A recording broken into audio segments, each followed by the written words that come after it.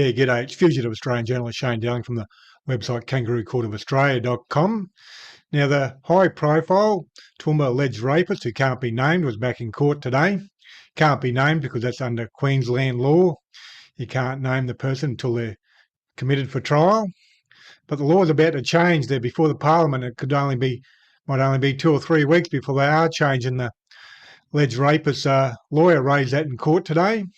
He said, "Look, Your Honour, it could be 2 or 3 weeks before they're changed, and we're going to apply for a suppression order."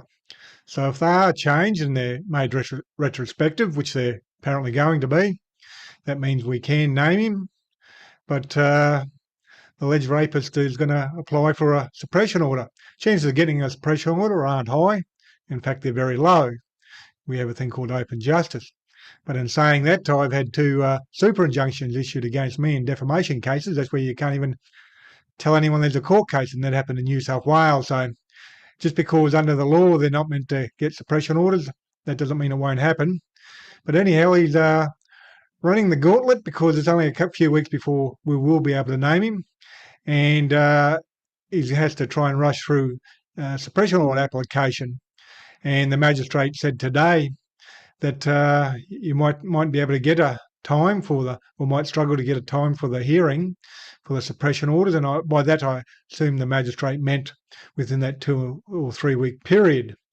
So it might mean that the Queensland government passes a law so we can name him, and they haven't been able to get their suppression order application heard, which would make it redundant by then. But they might ask for an urgent hearing for interim orders for the suppression orders until they can have the matter heard for the application for the suppression orders. But what makes it ironic, I suppose, to some degree, or fairly dodgy, I'd say, is the fact that the high-profile person themselves has been generating a lot of media in the last few weeks, last couple of months. So one of their arguments is going to be, Your Honour, we won't be able to get a fair trial because of all the media. Well, he's the one who's been generating it, a lot of it.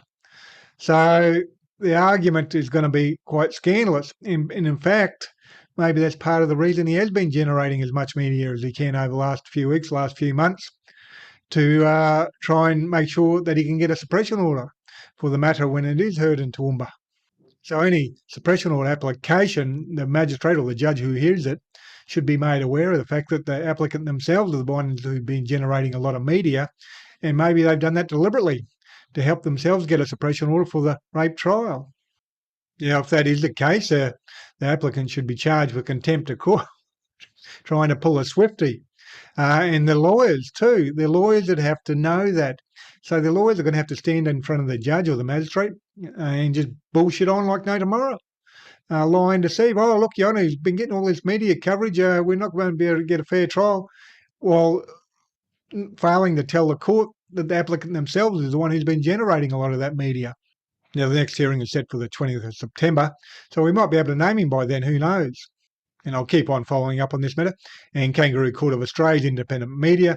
I'm 100% crowdfunded from viewers like yourself, so please support my Patreon account. The link will be below the video on YouTube, and please share this video on Facebook and Twitter, etc. Thank you for your time and have a good day.